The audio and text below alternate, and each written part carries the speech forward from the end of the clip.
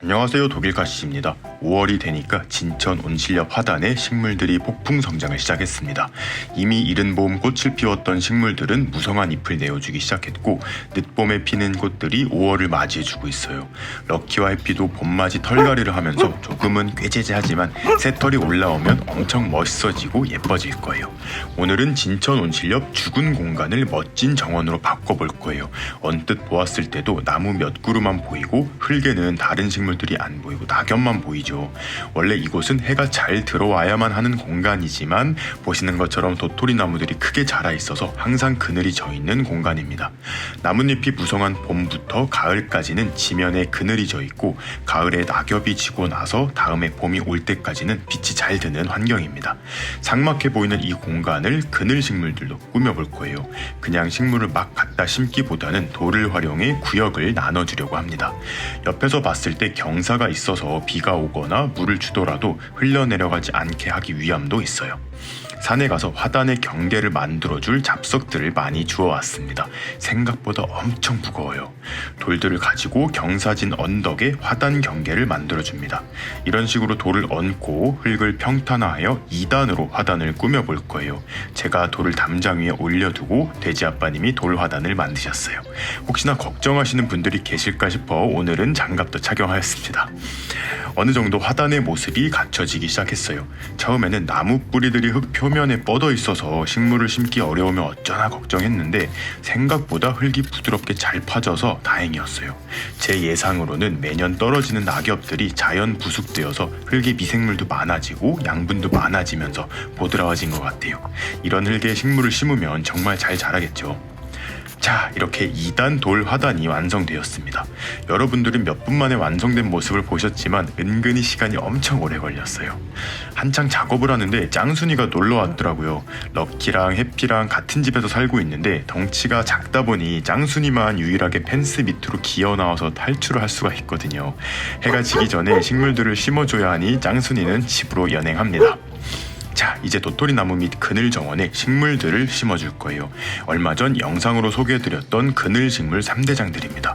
호스타, 휴케라, 아스틸베인데 돼지아빠님도 영상을 보시고 그늘 정원에 푹 빠지셨나봐요. 처인원내 종묘에 직접 가셔서 요놈들을 구입해 오셨습니다.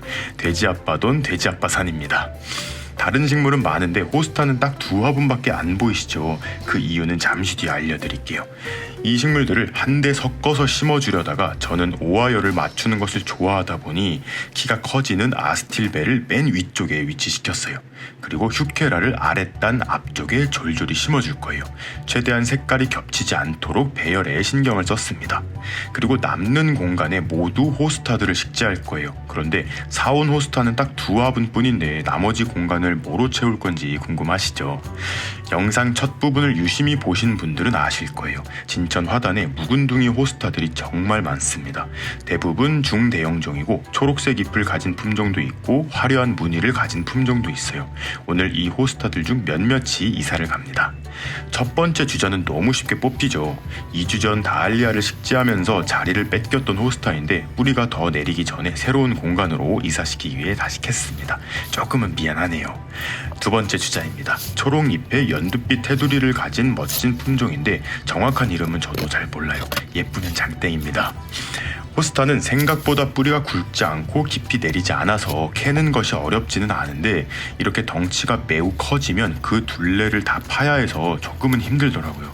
이렇게 두 번째 주자도 엄청난 밑둥과 뿌리를 드러냈어요. 이미 잎이 무성해진 호스타를 옮기면 죽는 거 아닐까 걱정하시는 분들이 계실 수 있는데요. 아직은 봄이기 때문에 옮겨 심고 나서 물만 잘 챙겨주면 큰 몸살 없이 새 땅에 활착을 할 거예요. 엄청 오래된 것 같지만 3년 전 작은 포트묘 몇 종을 심어둔 것들이 이렇게 커졌다고 합니다. 잎에 약간의 옥빛을 띤 품종도 제 마음에 들어서 같이 이사를 하기로 결정했습니다. 캐내는 장면은 중복되니까 생략할게요. 크기가 어마어마하죠.